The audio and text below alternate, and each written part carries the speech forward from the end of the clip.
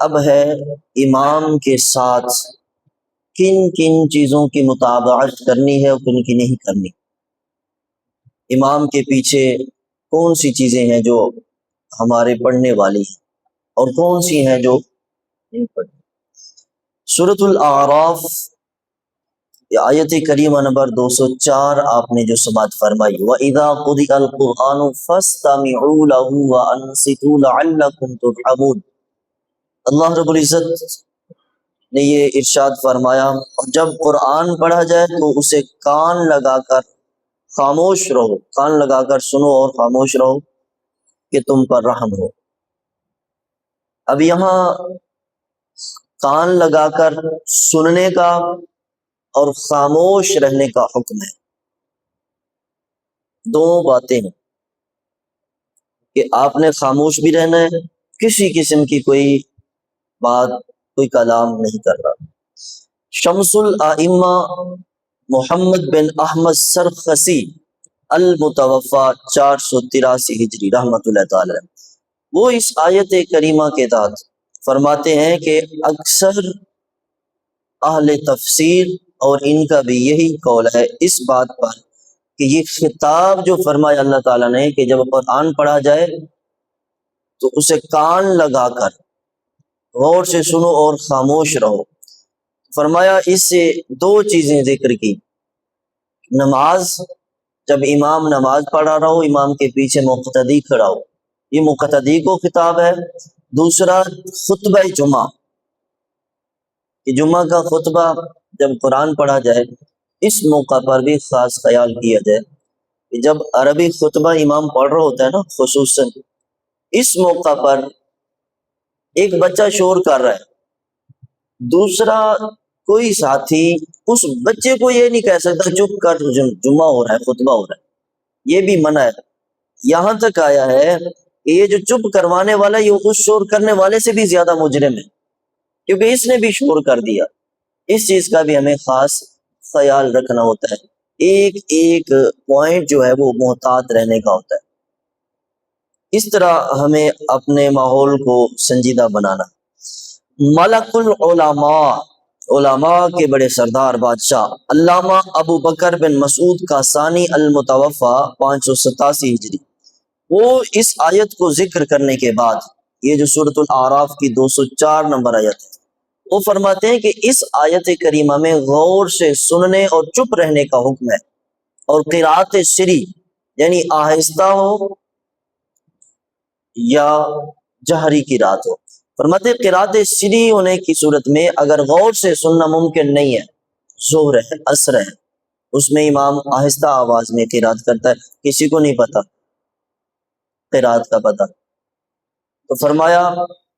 پھر بھی ظاہر نص کی بنا پر خاموش رہنا واجب ہے، کیونکہ حکم آ گیا ہے کہ جب قرآن پڑھا جائے امام پڑھ رہے، امام ہے ہی اس لیے، آگے حدیث مبارک آ رہی ہے، حضرت سیدنا ابی بن کعب رضی اللہ تعالی عنہ راوی فرماتے ہیں انہ لما نازلت هذه الآیہ ترک القراءۃ خلف الامام، فرمایا جب یہ آیت کریمہ نازل ہوئی تو صحابہ کرام رضوان اللہ تعالی علیہم اجمعین نے امام کے پیچھے قرات کو ترک کر دیا، اور امام کون تھے؟ محمد مصطفیٰ صلی اللہ علیہ وسلم۔ نبی صلی اللہ علیہ وآلہ وسلم نے ہی حکم دیا تھا تو یہ عمل ہوا تھا نا، حدیث مشہور ہے،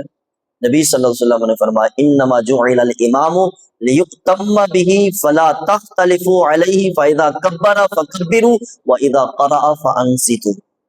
نبی صلی اللہ علیہ وسلم نے ارشاد فرمایا امام تو اسی لیے بنایا جاتا ہے تاکہ اس کی پیروی کی جائے، اس کی اقتداء کی جائے، لہٰذا اس سے اختلاف نہ کرو، جب وہ تکبیر کہے تم تکبیر کہو، جب وہ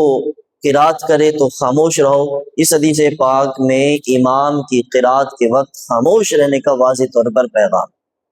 یہ حکم ہے نبی صلی اللہ علیہ وسلم کا۔ صحیح مسلم کے اندر حدیث مبارکہ ہے، حضرت سیدنا ابو موسیٰ اشعری رضی اللہ تعالیٰ عنہ راوی ہیں، صحیح مسلم کے اندر، باب التشہد، فرماتے نبی صلی اللہ علیہ وسلم نے ارشاد فرمایا اذا صلیتم فاقیموا صفوفکم، جب تم نماز پڑھو تو صفوں کو درست فرما لو، سیدھا کر لو۔ فرمایا ثم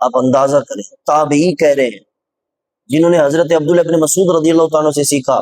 وہ کہتے ہیں کہ منہ میں آگ کی چنگاری لے لوں یہ میرے لیے اچھا ہے اس سے کہ میں امام کے پیچھے قرات کروں۔ آپ اندازہ کریں، پتہ نہیں لوگ اتنے جذبات میں آ کے کہاں سے کہاں نکل جاتے ہیں۔ اس چیز کا خیال کرنا چاہیے کہ کوئی بھی حدیث ہو اس کا عمل ہمیں یہ سیکھنا چاہیے کہ وہ کب سے تھا اور کب ترک ہو گیا، اس کا حکم پہلے تھا اب ہے کہ نہیں ہے، اس کے لیے ایک علیحدہ ایک اسٹیٹس ہوتا ہے۔ اب جب نبی صلی اللہ علیہ وآلہ وآلہ وسلم نے حکم فرما دیا، آیت کریمہ نازل ہوگی تو آپ کوئی دوسری حجت ہی نہیں رہی۔ ہم سنت رسول صلی اللہ علیہ وآلہ وسلم کے پابند ہیں، جو عمل نبی صلی اللہ علیہ وسلم نے ترک فرما دیا وہ سنت نہیں ہے۔ حدیث کے اندر تو موجود ہوگا لیکن سنت وہی ہے جو میرے پیارے محبوب نبی صلی اللہ علیہ وسلم نے جس کا حکم دیا، جس کو اپنایا۔ اللہ تعالیٰ جل مجدہ کی بارگاہ میں دعا ہے اللہ رب العزت عمل کی توفیق عطا فرمائے۔